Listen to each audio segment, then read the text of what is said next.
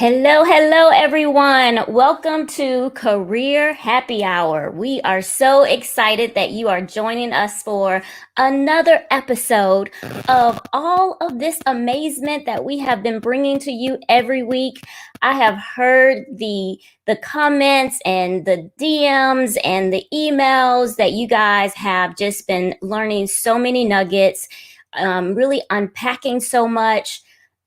You're making my day. You're really making my day for all of the feedback that you're giving about the show, about our amazing guest co-hosts. And tonight is not going to be any different because I pick the best of the best to come and share with us at Career Happy Hour.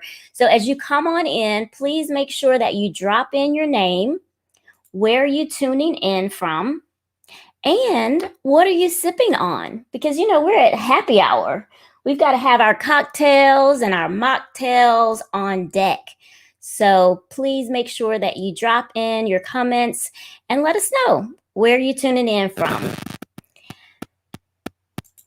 And we will get started here in just a little bit. We'll give a little bit of time for people to come on in. That alert comes to let you know that we're live. So we want to give everyone a little bit of an opportunity to come on in. And I see my cousin Kimiko. Oh my goodness. You are so amazing. I really, really appreciate your support. Thank you for tuning in.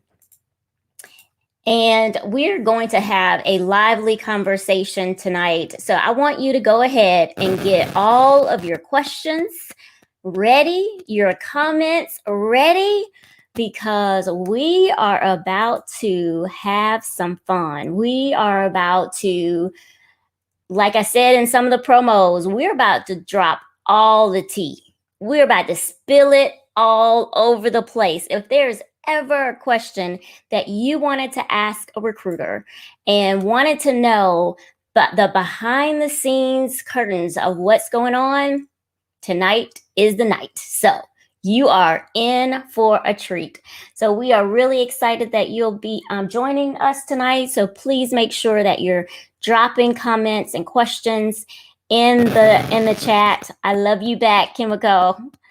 I really want to make sure that we have a really great discussion tonight on things that you've had in your mind and you've been thinking about that you might not have known where to go to ask. So really excited about not only our topic tonight, but also our guest co-host tonight. All right, we'll go ahead and get kicked off for Career Happy Hour. I am Lashina Recruitalina, your six-figure career brand coach. I am here to help you own and rock your oomph so that you can stay recruitable, visible, and profitable. Why? Because we are here normalizing six figures. So we want to make sure we give you all of the nuggets that you can reach six figures, but also continue earning six figures.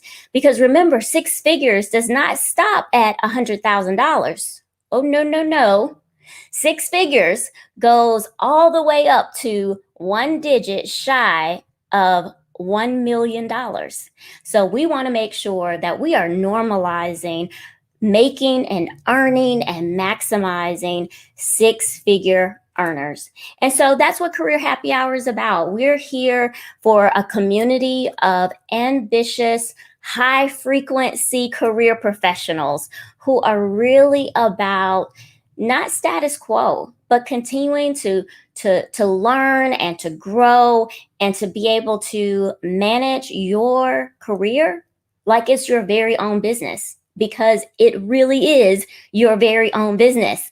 And we want to make sure that we're helping to give you the tools and nuggets to be able to do that. So we have Q that is joining in. Thank you, friend, for joining in. Really appreciate you and all of your support. Now, our guest co-host tonight, when I tell you, I can't even find the words to tell you how amazing this man is. He has gone through some crazy tribulations. He has been on the other side of just so much greatness. He's owned businesses. He's survived hurricanes. He has multiple businesses. He's working his 9 to 5. He's doing daddy mode. He is doing it all. And I want to welcome to the stage, to the virtual stage, Lewis Williams. If I wish I had some effects. I need to like have it. Oh, there you go. I'm gonna work on that. I'm working on production team so that we can have some effects around here, because a clap button, applause. Thank you. Oh, Lewis, I am so grateful that you are here to join us for Career Happy Hour. And on top of that, I didn't even realize that you were on vacation. So you're doing this in the midst of like the beach. The pool is right outside calling. Yeah, I just got back from the pool. We're here in Vegas for our very, very first vacation since COVID as a family. And so we're out here. But Lashina, if you ask, I'm there for you. So it is nothing for me to take a break from a couple of pina coladas and taking naps in the hot sun to come up here back in the room and speak on this topic that we share in common as recruiters and as just people who are always trying to give it 110 just to begin, and to give back. Yeah. Tell people how to do it, tell people how to keep pushing through. So absolutely. It is my honor to be here. For those of you who don't know, Lashina and I share paths as recruiters at one of those famous Fortune 500 companies with a duck. as it's and you get a lot of ducks when you work there, by the way. But down in Columbus, there was a famous duck company that we worked with, and we did great things. And cheers to both of us for moving on. Cheers, absolutely. So, what are you drinking on? I mean, it looks very obvious. You got brand going on. Yes, that's right. Send this to them. Let them know to sponsor you, Gina. Talk about. Ooh, I like that. We need to monetize, right? Influencers, right here. Yes. And see, I have my wonderful cocktail glass. Nice. On all the social media. I'm popping all these amazing looking cocktail drinks, but also mocktails. Like we're not producing alcoholics around here. Sometimes you gotta have your mocktails or your water or your tea, right, or whatever you're drinking on. But at Career Happy Hour, we want to keep our throats hydrated. So that's how we do. We have some more up in the house. We really appreciate all of the support. We have Marvin. Marv, really, really appreciate you tuning in from Nashville, Tennessee. We also have some peeps from Pensacola. And when you drop in your comments, please make sure that you put your name in there, because as you see, some of the platforms don't show your name. So I know it sounds redundant, but just drop your name and then your comment and your question.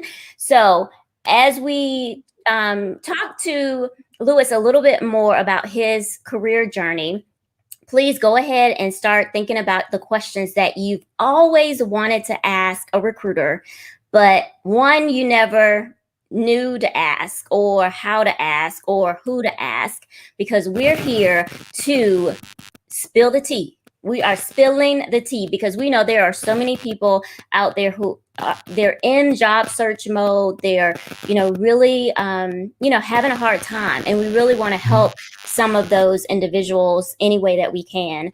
Darnell, friend, thank you so much for tuning in from Memphis in the house. And you are Memphis in the house.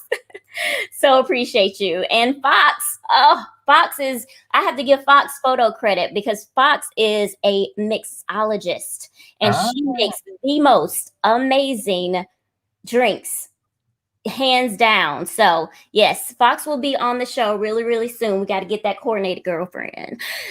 So Lewis, let's unpack a little bit about your journey. I talked about how amazing you are and how you just have all of these talents and all of these gifts that you're doing a great job at maximizing. But so tell us a little bit about that journey. I talked about you going, surviving a hurricane, owning a bar, being a recruiter, all of that. All of So that. where did you get this hustle mentality from?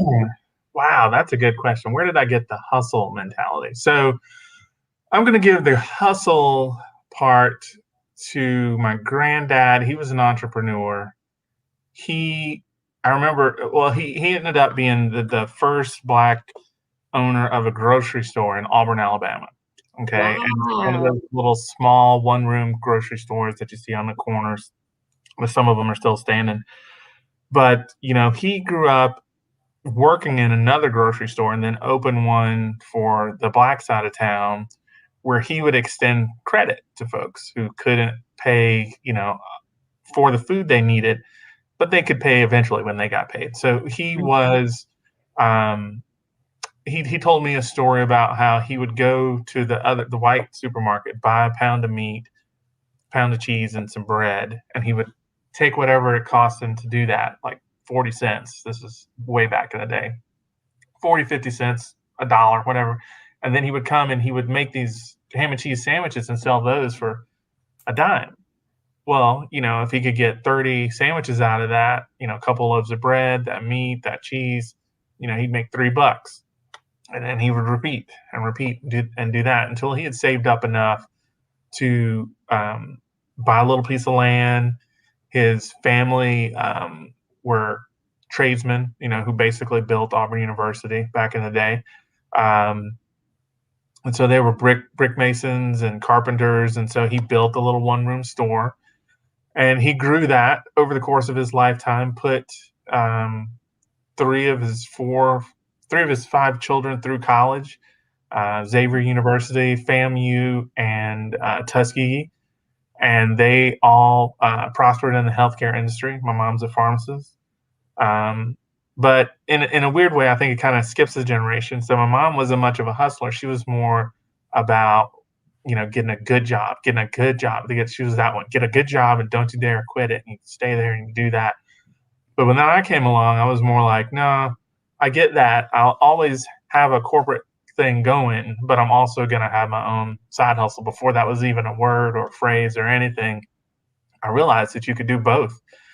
And so I went to school. I got my bachelor's from Tulane University. I got an MBA from Auburn University in finance. And then probably my first big hustle, I don't even know if you know this story, Lashina, but I went to the National Black MBA Association conference in Dallas. This was 99, I don't know, date myself, 97, something like that. And I didn't know anyone, didn't know exactly how to network at this big conference. And I just sat myself down at a table full of people that looked important and started talking to them.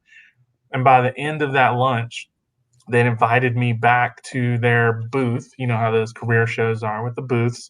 Mm-hmm. I went back to the booth and talked to the rest of the people on their recruiting team, and basically talked myself into a job, which at the time was the 9th largest bank in the nation. It was First Chicago NBD out of Chicago, First Chicago NBD.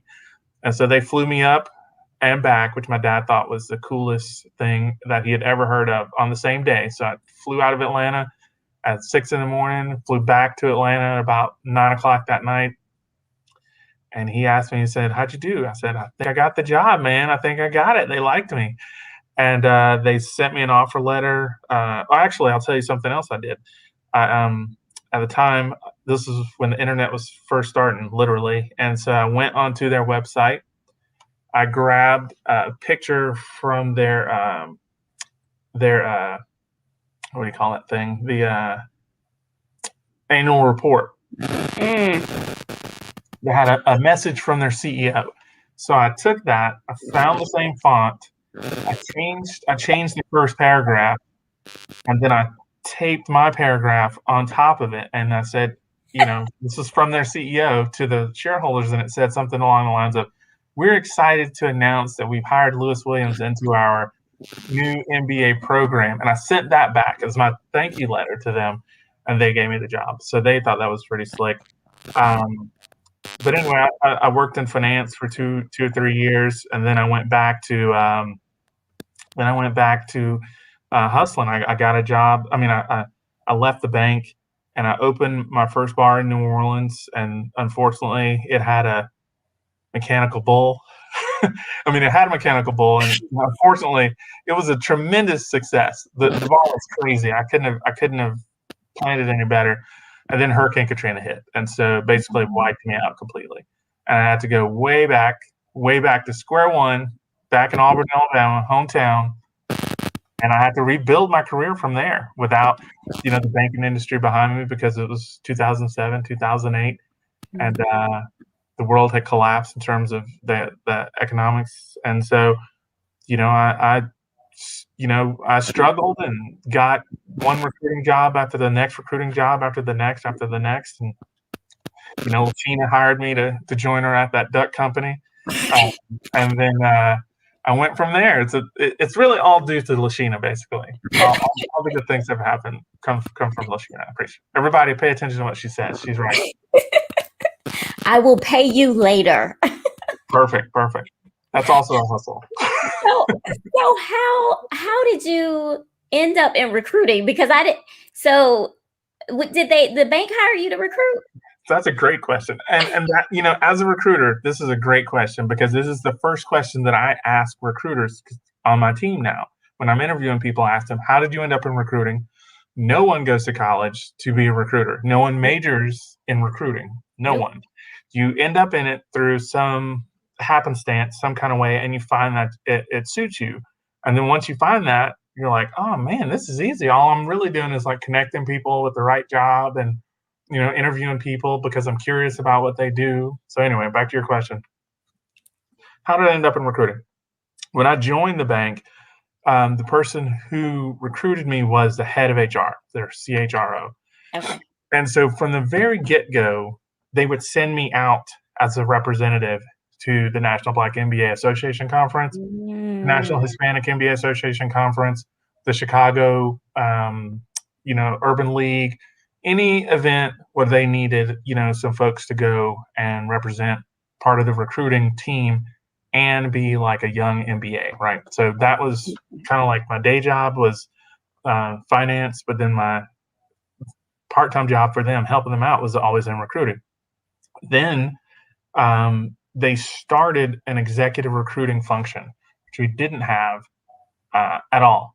And Jamie Dimon was the CEO, and still the CEO of what is now JP Morgan Chase. He went through our line items on our expense report and said, we're paying $20 million, $30 million a year for executive search. Why don't we just hire some recruiters to do this executive search for us? So he started the executive recruiting group. I got my first promotion to be a vice president of executive recruiting because I'd been in the real side of the bank for 2.5 years. So I switched over into the HR executive recruiting side because I could speak, basis points and, leverage debt deals and all sorts of things like that. But I was also personable and not just like an analytical wonk. So that's how I got in it. And then once I got in it, I was like, oh, this is so much fun. This is kind of like where I can blend so many parts of my personality and my passion. And then it has just become more so over time, now leading teams of recruiters and things like that. So. Wow, that's pretty amazing. You're right. No one goes to school to be a recruiter. Everyone has fallen into this profession, and some people are really great at it, and there are some people who really suck at it as a result. So we are going to debunk some things when we talk about recruiters. And I think one of the first things that I think is a natural segue is what you talked about with an agency recruiter and being a corporate recruiter. Mm-hmm. There is two very distinct things when you're working with a recruiter. If they're working to recruit directly for that company, or if they are an agency recruiter, meaning that they are recruiting people for multiple companies that many times they don't even have permission yet to Yeah. recruit for, Right. but they're trying to use you as a bait to get the company to hire them to fill the job. So Right. I know you know a lot about that. So please, let's unpack that just a little bit. What are some of the differences that you think that a candidate will what's the difference in the experience that a candidate will get working Hmm. with a corporate recruiter versus an agency recruiter? Hmm. Yeah, I would say one of the first things I'd like to say is you don't have to pay recruiters to do things for you. So if anybody comes to you and says, pay me to do this. Now, if somebody says, pay me to improve my resume, well, that's different. That's not recruiting. That's a skill. They're going to help you improve your resume. There are things like that. But you shouldn't have to pay anyone to present your resume to an organization. They're going to get paid anyway. So the real difference between an agency recruiter and an in-house recruiter is that the agency recruiter works on commission of some sort, and so their motivation is super high to just place you. You know, you're a commodity. Your resume, and really, to some extent, everyone is, but your resume, your list of keywords, your things, your experiences, what you've done in the past, what you can bring to this company, that's what they're going to try and sell. And they want to get to know you just enough to know how to present you to organizations that are looking for people like you. Maybe they don't have a big HR team. Maybe they don't have a big recruiting team, some of these other companies. So they farm the recruiting part out to the agencies. Now, big companies, your Coca-Colas, your Home Depots, Aflac, Delta, they'll have their own recruiting in-house corporate recruiters. And their job is a little bit different because they're not working off commission. Their job is to screen and make sure that only the best applicants get through the process to the hiring manager. So they're the filter to make sure that you fit the culture of the company, that you have the skills that are required for the job. And they get a lot of resumes from those agency recruiters for positions saying, "Hey, we have somebody. We've got Chris and Betty who can do this job." And it's your job to act as a filter to them too and make sure that the people actually can do the job. So that's kind of your corporate recruiters aren't they're typically not there's no motivation for them to be as aggressive or as pushy as agency recruiters are, because they're typically, if they don't make a placement, they lose their job or they don't get paid. And when they do make a placement, they can get paid pretty well. So, Mm-hmm. And I think I'll add to that with the in-house recruiters, even though they aren't paid on commission, they do have certain metrics that they're usually held accountable to. So there's a time to feel. So I know a lot of times on your side, when you're interviewing with a company, you're thinking, oh, they're taking forever. Why can't they just make a decision? Well, that in-house recruiter is just as interested in getting that job filled, because the metrics on how long that job is open is a reflection on them. So they're trying to influence the movement, the forward movement of getting things done. But many times recruiters get a bad name that we're mhm, the gatekeepers or that we're holding up things, but yeah, it's really the hire it's really manager. the hiring manager. Yeah, yeah.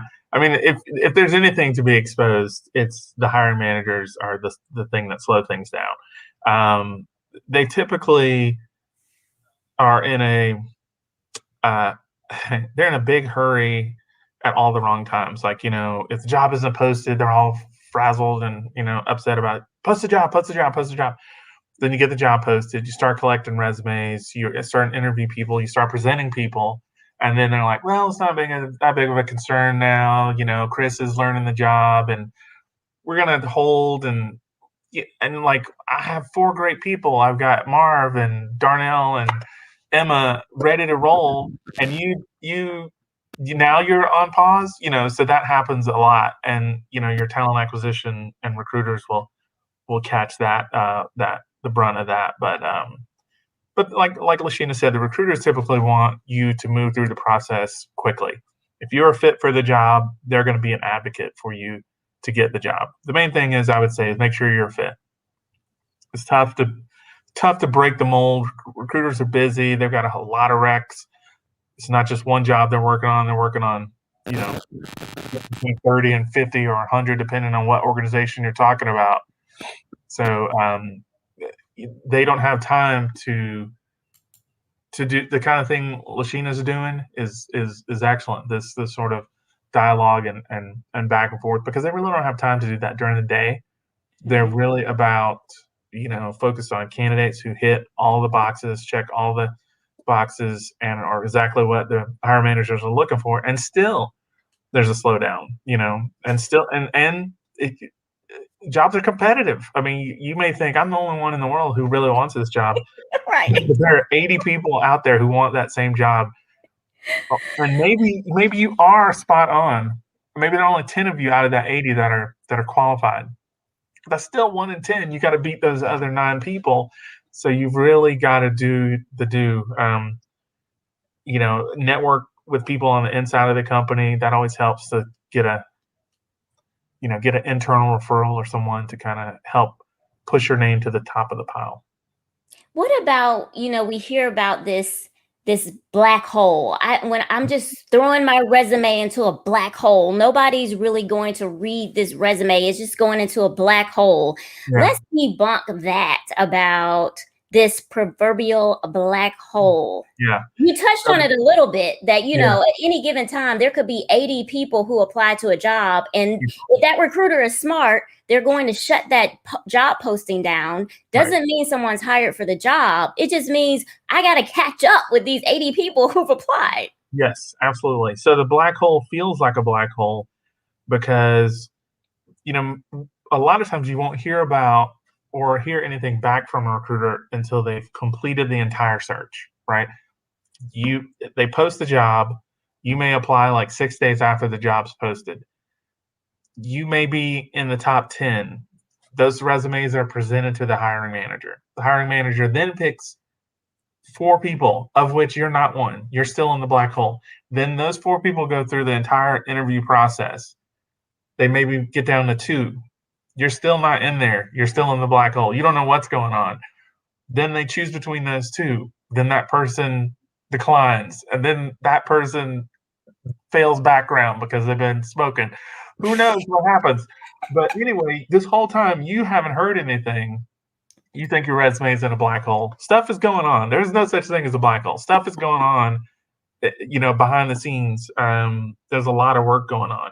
If you're in that top 10, there's not a whole lot you can do unless you know people in the company to elevate your resume other than how strongly it fits the job that you're trying to apply for.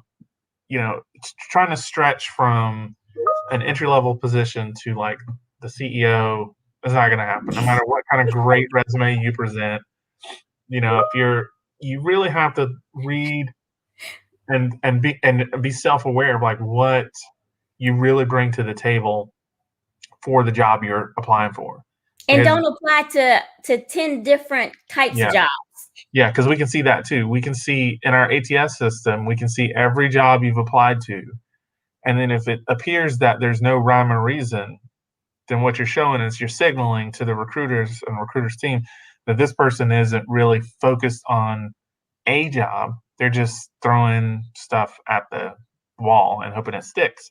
Mm-hmm. And we can see through that. So there's technology enough to help us do that. So I would say, save your punches for when the right job, that's something you're really interested in, that you have the background for, or really close, really, really close. But it can't be way off, it can't be baseball and I'm also good at cutting grass or whatever, it can't be like way over here and way over here. It can't be astronaut and scuba diver. You've got to be a little closer to that to jump from one career path to another. It's not impossible, but it's not easy. You're probably going to have to take a step back. You're going to have to really, really overperform in networking to switch industries or career paths.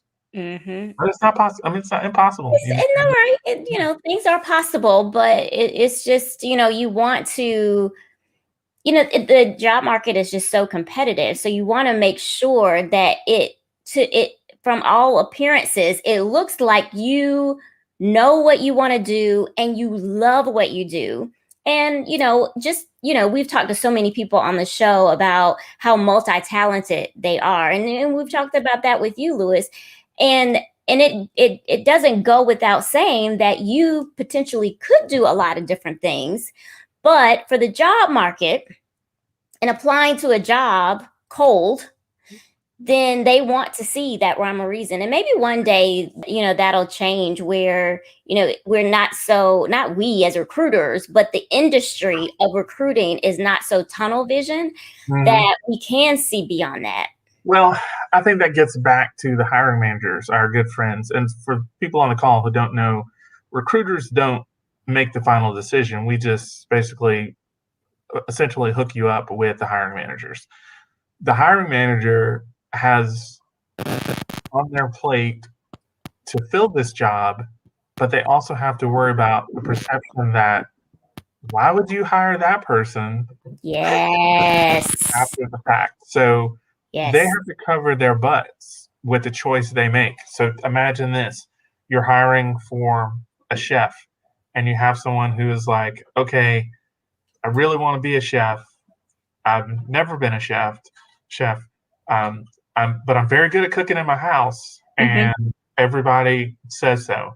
And then you have another person who went to culinary school, has been a junior chef at XYZ, and then worked their way up to assistant head chef, and then maybe they've been a chef briefly at a smaller place with the same menu as your place, and you hire the person who has only cooked for their family, and that doesn't work out. Then everybody's going to be like, why on earth did you hire the person who only cooked for their family when you could have hired this person with all this background, the credentials, and so on and so forth? So they have to cover their butts with their decision, and that's how they get so locked in to the job requirements. But here's where another great recruiter can help you. And there aren't many. Like Lashina is one of them. If you find a great recruiter in an industry that you're looking to jump into, and you're close enough to the target that the recruiter has enough clout, okay, the recruiter's personal brand can carry some weight and say, this is what, no, we don't get to pull this card every day.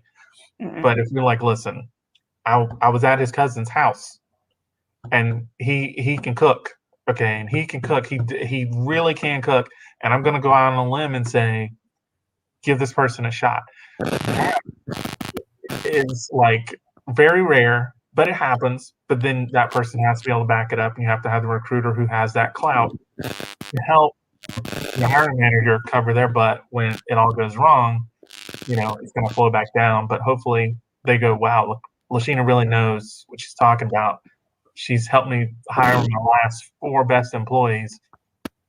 I'm going to take a shot with this person because Lashina said I'm all in with this one. So that happens too, and that's the difference between your top level recruiters who have influence, and like Lashina said earlier, there are some other recruiters who don't have influence. They're not presenting the right candidates. They have zero clout and aren't really much more than just passing resumes to hiring managers, and there's a big difference. Absolutely, there is. And that was a great example of, because I think that can resonate with people, that they can understand, because so many people will even reach out on LinkedIn and they see that I work for whatever company that I work for, and they'll just shoot me their resume and say, hey, if there's anything that you think I'm a good fit for, can you let me know? What? Yeah. You want me to disseminate your resume?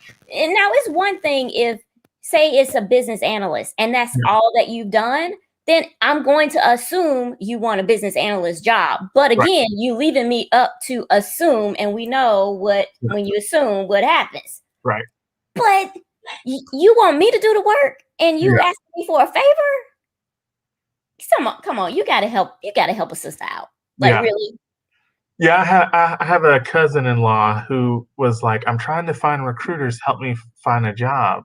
And he's a lawyer. And I was like, that's not really how it works. I mean, unless you get in with an agency that will place you on temp work for you to get your foot in the door of an organization, sending your resume directly to a recruiter and say, help me find a job with your company, unless they just happen to be the recruiter working the requisition that fits your resume, which you can do the legwork to try and figure out. It might be hard, but you could do it. But um, once again, it'd be like it would be a low percentage chance for you to make that match. Otherwise, you're just cluttering the recruiter's inbox, like Lashina was alluding to. It's something they can't really do anything with. They can't take an action without doing a lot of legwork on your behalf. It's better for you to just apply to something great and then say, hey, Lashina, I applied for that business analyst role for which I am qualified. Can you find the recruiter, let them know that I'm good, pull my resume out of that 80? And that's a low number. In a city like Atlanta, that number could be 200 applicants. It just depends. And because anyone can apply, you may or may not have a resume. That 200 could be full of junk. That's still a lot of resumes the recruiter's got to go through. So the closer you are to the fit, the right keywords you have on your resume. Look to the job description for the keywords that are crucial for that job. Are they on your resume? Do you have those experiences? If you've done those things, but you just haven't expressed it in the right way, try and use the job description as a cue and a guide for what you put on your resume. So, if it's requiring XYZ and ABC for the position and you have that, but you haven't put it on your resume, then that should let you know that you've got to start adding those things to your resume for recruiters to find you, because it's a reverse search. We're looking for the right words on your resume. Help us out by putting them on there. That's how we find you. Have you had someone apply to a job for which they had no keyword related to that job on their resume? Many times, all the time, every day. And it's like, why did you apply to this job? And Right. then it's just like this confused look. And what happens with the confused look or a confused mind does nothing. So you get whoops. Yes. On to the next. Yes. And do you really have real people looking at the resume? Because there's this belief that computers are looking at resumes these days and not a real person. Right. No, we're really looking at them. Every recruiter on my team and all the recruiters we have, sure, we use keywords to pull the resumes up. But if you're looking for a business analyst, and the phrase gathering requirements isn't on there, we know that's not a resume we want to look at. So you can go very quickly through 200. Still might take you an hour or two, depending on your ATS or whatever. Quickly go through those resumes and eliminate the ones that don't have the right phrases, the right things, the right terminology, the right jargon to let me know to take a closer look at this resume. So I might go from 200 down to 20, and then I'm going to print the 20 and really study them. And then I'm going to take those 20 and I'm going to pick the 10. And then take those 10 and I'm going to interview 6. And then hopefully I can, out of those 6, I might present 3. And one of those 3 hopefully hits the hiring manager the right way, and they get the job. So that's the funnel. It's a funnel. We call it the recruitment funnel. Starts super wide and then narrows down to the exact fit that you're looking for. Absolutely. And when we say ATS in recruiting terms, that's applicant tracking system. So when you apply to a job, you go into, usually most companies have an applicant tracking system to track their resumes and then track where you are in the process. So, there is a method to our madness, really. I mean, there's not this black hole. There's a lot of dashboards that we work with, a lot of metrics, a lot of emails. Let's talk about emails, because once you reach out to a candidate to say, they've gone through that funnel, the recruiter reaches out to them to schedule an interview. And, there's, usually this back and forth. Some companies are getting more adept to electronic way of scheduling interviews. Others are still doing it, the old fashioned way, just trying to, well, when are you available? And I'm available here and all of that. So during that process, again, it's taking time. So one of the things that I talk to people about is, really trying to help that person, help that recruiter, help you. So if they say, when are you available? Don't just say anytime, like really anytime. And then when I say, okay, well, I'll call you at this time. Oh, I'm not available at that time. Well, you just said anytime. Right. So help them out. Help them out. Recruiters want to be on your side. If they give you a call, please, be respectful of their time. Respond in a timely fashion. If they arrange a call or an interview for you, make that call. Be someplace quiet. Be someplace professional without a lot of background noise. And if it's a video chat, you may not want to put on a full suit, because right now I'm wearing swim trunks, but I put on a shirt. So what I'm saying is show up a little bit. Lashina was laughing at me because I really did just come from the pool. I said, well, it's either this shirt, Lashina, or no shirt. So because I don't want this show to be really stiff and stuffy. I want people to know that we're here to relax and unwind and drink our wine. I got my Heineken. If those were the only two options, yes, I will go with the button down. Yeah. So, to folks out there, when you get that call, if it's a job you want, then respond timely, respond respectfully, show up. Your first impression is always going to be your first impression, no matter what, whether it's over video or over the phone. And people will revert back to that first impression. And you're always, on guard to be building your own personal brand, which will carry with you from that recruiter. You may not get that job, but if you make a good impression with that recruiter, the next time the opportunity arises, then that same recruiter with clout can pull you right back into the interview process just like that. So you always want to put your best foot forward with recruiters. Like Lashina said, help them help you. Put your best foot forward. Make those calls. Make those interviews. Make them count. Make them count, because what is it? You don't want to miss your shot, right? You want to. This is it. You apply to the job. They calling you back. You're halfway there. I mean, this is it. You're not in the black hole. So don't go back into the black hole by working against the recruiter. So.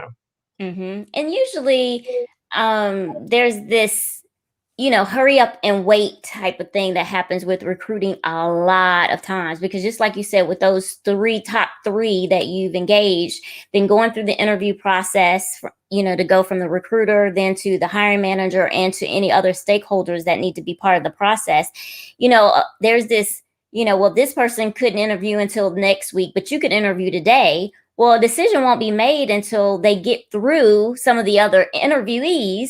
So then you end up feeling like you're waiting longer for a decision. And then there's that, well, do I follow up, or how do I follow up, or what do I say? Yeah.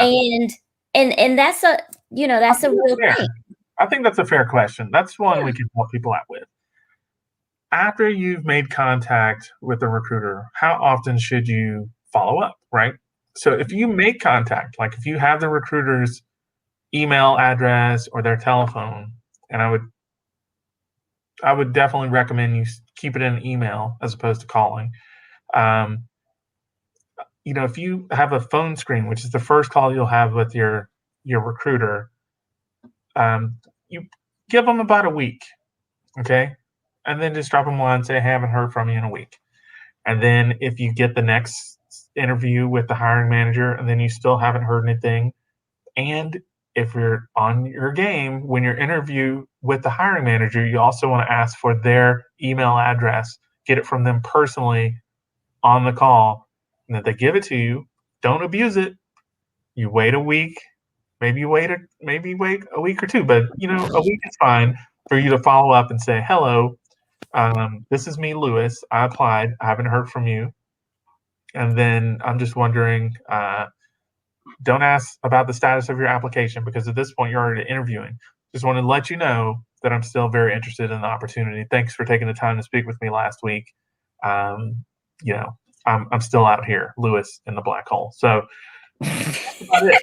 But that's about it. Now, anything beyond that, I can help you craft those emails. yes, Lewis is emails. just putting it out there, like to give you the framework. I'm just giving you a framework. You just want to say something nice to let them know you're still, out there in the black And hole, interested, and interested, and you're, passionate about it, about joining that organization. Do some not a research. dissertation. Right. Just a paragraph. Just to remind them that you're interested in this opportunity. You're passionate about it. Then you have to let it go, because any more than that, I think it's a little bit too much. You're beginning to push. You're not showing the professionalism that you understand this process may take a while. That there will be other candidates. That, like Lashina said, there's other hiring managers and stakeholder schedules to be dealt with. Other things going on. There's always a fire to be put out. There's something else going on within the organization. You're just patiently waiting. Then you'll hear from the recruiter if things are going well. If you don't, then read between the lines. 4 or 5 weeks pass and you haven't heard back from them. You probably didn't get the job, and you'll probably get a note when the rec is closed that says it went to another candidate. That's an unfortunate thing to say, but nothing is going to change it. There's no email you're going to send between week 2 and week 7 that's going to change that outcome. Move on. Now, one of the things that I do encourage is what I call being pleasantly persistent, because you know how busy recruiters are, and we're imperfect, right? Like, we may have all good intentions to maybe circle back around with a candidate that's just kind of falling through the cracks, for the lack of a better word, because we're managing 15, 20 jobs. And to each of those 15 and 20 jobs, there's maybe 80, 100 plus candidates. And that's a lot of people. So sometimes just popping in, if you haven't heard anything, if you haven't gotten a decline notice, to say, hey, just checking in, I'm still interested. But being able to pop in an email has actually resuscitated some people in my pipeline. Yeah, there's nothing wrong with that. Keep it light, keep it sparse. This is not a once a week thing. This is not a once every 2 weeks thing. Right. This is maybe once a month. You can drop me a line that says, I'm still out here and I still want to join XYZ organization. Let me know if your Easter's going well, then maybe you could drop them a line in the middle of Happy 4th of July, whatever, but it can't be just like a drum beat every week, Lashina, I'm still here. I'm still here. I'm still here. So be appropriate. Keep it light. Yes, absolutely. And what are some other things? Like, there's so much, Lewis, that we can unpack, but we only have an hour. So I want to make sure that I'm giving, the value that is, because there's so many different directions that we could go with. But, what is it that you think is one of those things that you see all the time, or that, you really think that if someone knew this, that it could really help them out? Well, there's a lot of things that I see. There's a lot. I'm gonna go quickly. I think you got to spell check your resume. That'll kill you right off the bat.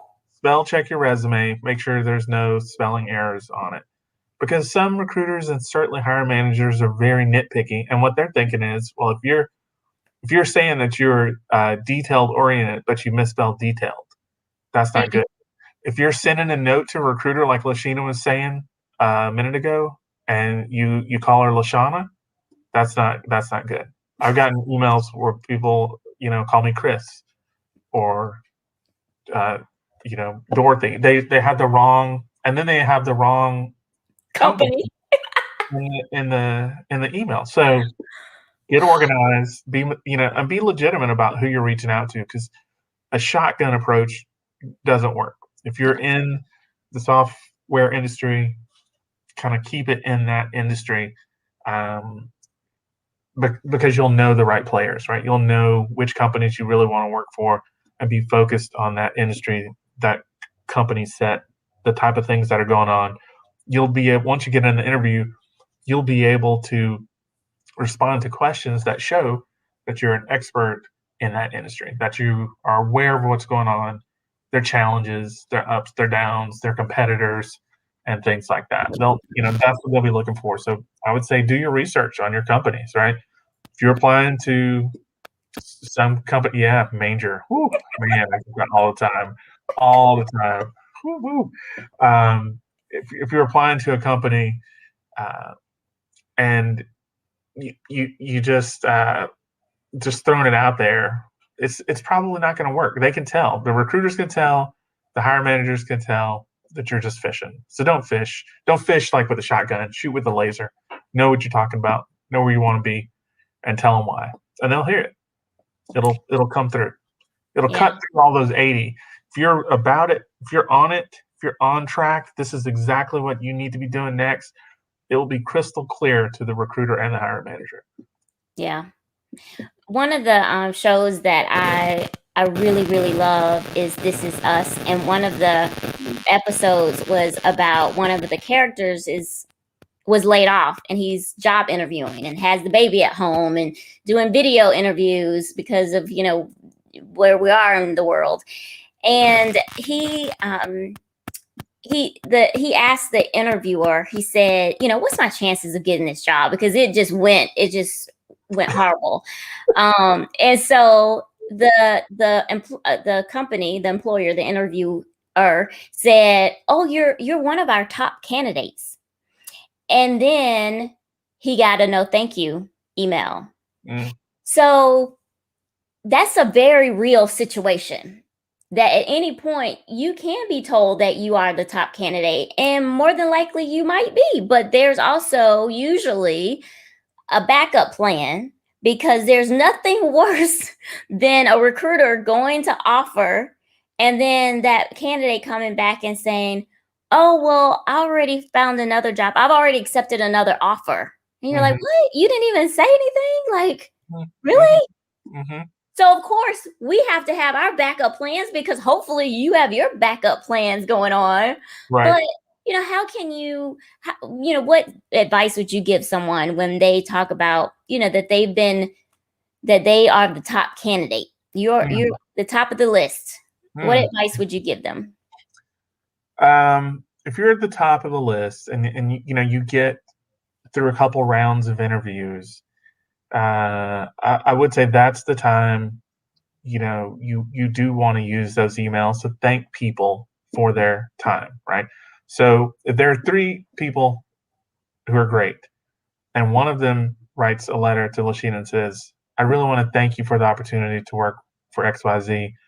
And then, you've also interviewed with 2 other people in the company, and you write those 2 other people and you say, I really want to thank you for giving me the time to interview. And then a couple more lines about why you're interested in the opportunity.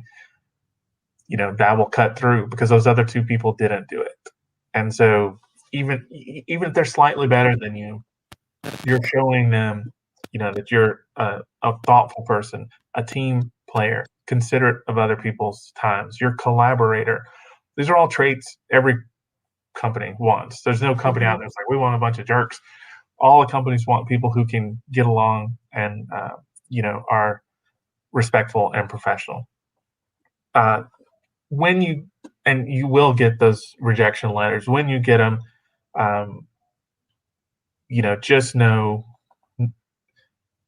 that there were a lot of other people. There are always a lot of other people who have the same, maybe not exact same. They're not you. They're not, nobody is exactly like you, but a lot of other qualified candidates are in the mix, and you're competing against real other people who have 5 years experience in business intelligence, or 5 years experience in analytics, or, they graduated from Emory and maybe you graduated from Auburn or whatever. Who knows what the mix is or what the criteria are. But, being warm and personable and team friendly and, team minded and a collaborator, honest is good. Don't lie on your resume. Don't lie in the interviews. Background check. Yeah, background checks are gonna blow. Don't lie on that. Yeah, so much. You can shoot yourself in the foot, and it will get caught quick. We just have so many systems in our favor. But I just say, if you get turned down, then it wasn't for you. But keep on moving, because there's always something out there that can be for you. Um, if it happens a lot, then you got to do some soul searching and figure out, am I applying to the right positions, right? So you can be the best data analyst out there or business analyst that Lashina was referring to, but you're not going to be a CFO. Why won't you be a CFO? Because you didn't take the path of a CFO. You don't have the background to get there. So if for some reason you got the interview, you're not going to get the job. So just realize a series of rejections for the exact same thing, then you might not need to think, am I on the right path? Am I applying to the right jobs? Maybe there's a job between this one and that one that I should be applying to. I can't just leapfrog. So really no shortcuts. You got to put in your time. You got to put in your work. The side hustle stuff, Lashina and I were talking about, there's no stopping you over there, because, I recommend everybody, don't quit your day job while you're doing your side hustle. You do both. You keep your day job and you scale down your side hustle. You don't need to do an IPO to do your side hustle. You just need to, get to work. That's all sweat equity. That's all hustle. That's all. No one can stop you. You can make yourself the whatever, but also you can't mix the two. You can't put that you're the CEO of Lewis Williams Enterprises on your resume and expect people to go, well, you're the CEO, I see, of Lewis Williams Enterprises, so you should be the CEO here at Coca-Cola. That won't work. That won't work. Made up roles, recruiters see through that, hiring managers see through that. I have owned several businesses and restaurants. I don't put any of that on my corporate resume. None of it. If you go to my LinkedIn profile, you'll never know what I've done outside of work. And this is probably a good practice, unless I had started my own recruiting agency, which would still be in line with my corporate work. So that would be a real thing. If it's legit, you can put it on there. But if it's just some kind of something you're trying to cover a gap, no, we'll see through that. See through it. Yes. Well, Lewis, I knew this time was going to fly by, and it has. And I am just so grateful for you and for your family to let us borrow an hour of your time while on vacation. Well, they all love you. The two of them, one of them remembers you, so they're like, "Yeah, do it." In fact, Amy was like, "I want to be on it," and I was like, she thought we were going to a party or something, Lashina. I was like, "Oh, yes, we got to do that. It's gonna be online. It's gonna be online." She's like, "Oh, okay. Well, no, you can do it." So I appreciate. Tell her we're doing that. Yeah. This audience needs to get bigger. Everybody needs to tell everybody, about what Lashina's doing, because she'll keep it real, 100, help people in any way she can. And then my 13-year-old commentator over here is laughing at me for trying to use some slang. It's rough. It's rough. If any of y'all got kids on this, they're rough. They're going to be your strongest critics, but listen to them. So they're smart. Oh, wow. Well, we have one of our audience members. Thanks so much, Lewis. And my sentiments exactly. You have been so amazing just to give us the behind the curtains scene. And, like most of my guest co-hosts, I say, usually we probably need to do a second episode just to unpack so much more. Okay. Anytime. And if anybody wants to connect, find me on LinkedIn. It's pretty simple. It's Lewis Williams on LinkedIn, Louis, last name Williams. And I'm currently at Peace Health. So that should be enough for you to kind of find me on LinkedIn if you want to. Awesome. Yes, definitely connect with Lewis. So appreciate you. We have all of the accolades coming in. Thanks. This was awesome. One more thing. Update your LinkedIn profile. Keep it up to date. Get the right keywords in there. We use LinkedIn to find people all the time. That is where we source. If you're a professional, get your LinkedIn thing together. Yes. We didn't even get a chance to talk about how we headhunt people. Yes, we are headhunters. We source people that haven't even applied for the job. That's a real thing. That is a real thing. Oh my gosh. Okay. Next time I want to talk about headhunting and sourcing. Yes. Okay. We got to do that. Well, thank you so much again. We really appreciate you so much. And I'm going to let you get back to your family. Stick around though. I want to talk to you. So don't go nowhere. Okay. But I just want to thank everyone for tuning in for the episode. For those who were able to tune in live, I know some of you had conflicts and that you're going to tune in on the replay. So make sure that you do the hashtag replay and drop in your comments, because I do go in and I do engage with those and I like those, and I see, the value that you're receiving from these shows. So I really appreciate your support. And like Lewis said, please spread the word. Don't keep it to yourself. Like, spread the word, because you never know who needs what and who needs some pouring into, or what situation they're going through. So please make sure that you're sharing careerhappyhour.com from the rooftops everywhere that you can see when you're getting the Facebook events. Share that on your page. We just want to get the word out to everyone to know that this is a resource for them, that they can come and get some valuable nuggets. And you just never know what guest co-hosts we might have, or what we might be talking about. So please make sure that you do that. And as you know, what I do is I really help ambitious career professionals who have high frequency. They keep their vibrations high. I help them when they are looking to land their next job opportunity, or to get that next promotion, or they're having challenges with their job, with conflict resolution or conflict management, or issues with their boss. Anything related to your career, I am your go-to to be able to see if, the coaching that I provide is a value, that is a good fit, or that I connect you with those who are a good fit. My network is vast, and I am all about making sure that I set people up for success, because you know what I say, I am obsessed with your success. So appreciate everyone for tuning in. If you know anyone who needs some extra assistance with their job search, please make sure that you go to the website iamreadyrecruitalina.com. So I am ready, recruitalina.com. Make sure that you go there, get the free case study video to just unpack a little bit of the secrets that I've shared. And then we can see about scheduling a time to see if we're a good fit to work together. So appreciate you tuning in. Again, I am Lashina Recruitalina, your six-figure career brand coach. I am here to help you own your rock your so that you can stay recruitable, visible, and profitable. Because we around here, we want to normalize earning six figures. You have such an amazing rest of the evening, or whenever you have tuned in, and we can't wait to see who is going to be here next week. You have a great day, and a great rest of the evening, I should say, and look forward to talking with you soon. Take care. Bye.